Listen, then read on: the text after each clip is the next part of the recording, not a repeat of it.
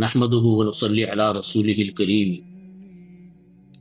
میری درخواست تمام علماء اکرام سے اور ائمہ اکرام سے ہے کہ اس رمضان المبارک میں اپنے بیانات میں عوام الناس کو اس بات کی ترغیب دیتے ہیں کہ وہ تلاوت کا اہتمام کرے، اور رمضان المبارک کے اندر تلاوت کا اہتمام عموماً زیادہ ہوتا ہے بنسبت عام دنوں کے۔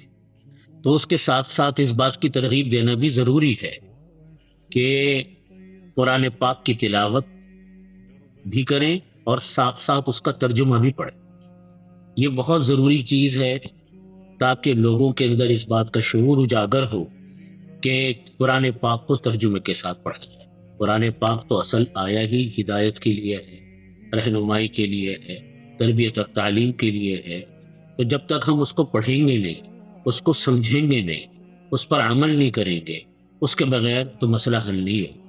اس لیے تلاوت کے ساتھ ساتھ اس بات کی ترغیب لوگوں کو بہت اہتمام سے دیں، ہر بیان میں دیں، چاہے کسی بھی موضوع پر بیان ہو، لیکن آخر میں 1-2 منٹ اس موضوع پر ضرور بات کریں کہ ترجمے کے ساتھ قرآن پاک پڑھنے کا اہتمام کریں، تاکہ ہماری زندگیوں کے اندر انقلاب پیدا ہو، تبدیلیاں آئیں، اور اللہ رب العزت نے ہم سے جو خطاب فرمایا، ہم سے جو بات فرمائی، وہ ہم سمجھیں کہ وہ بات کیا ہے۔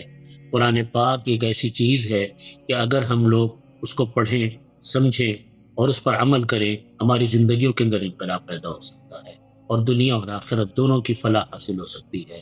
اللہ رب العزت ہم سب کو اس کے اوپر عمل کی توفیق عطا فرمائے۔ اس بار کچھ خاص ہوگا رمضان، ہوگی تلاوت بمیں ترجمہ قرآن۔